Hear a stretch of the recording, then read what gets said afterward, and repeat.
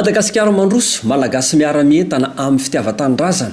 Io no loha-hevitra hovoizina mandritra ny fankalazana ny fa-efatra-ambinipolo taona ny verenan'ny fahaleovantenan'ny Madagasikara sy ny nijoroan'ny foloalindahy malagasy.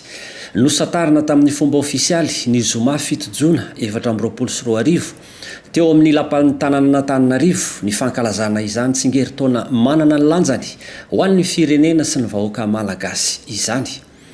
Tonga nitarika sy nanome voninahitra ny lanonana sady nisolitena ny filohan'ny Repoblika Andriamatoa Andry Rajoelina, ny Prime Ministre sady lehiben'ny gouvernemanta Tsay Christian.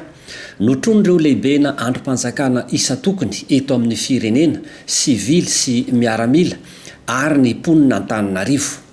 Nosoritan'ny Prime Ministre tao anatin'ny lahateny nataony fa manome lanja ny tolona nataon'ireo ray aman-dreny tia tanindrazana tamin'ny ady mba iverenan'ny fahaleovantena ny mpitondra fanjakana ankehitriny sy ny vahoaka malagasy.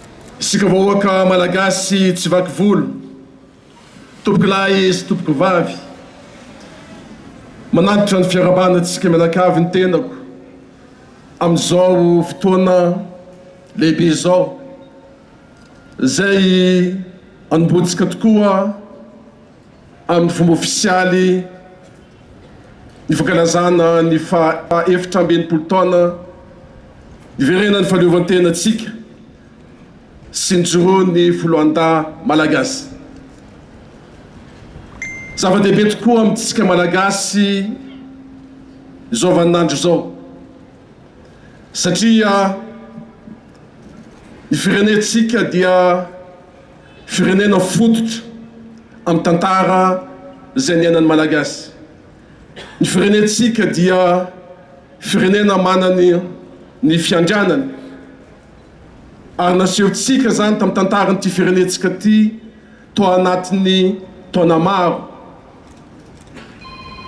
Zava-dehibe tokoa no zavatra ataontsika androany ary zay tokoa no tondrako ny fiarahana manokana avy amin'ny filohan'ny Repoblikan'ny Madagasikara.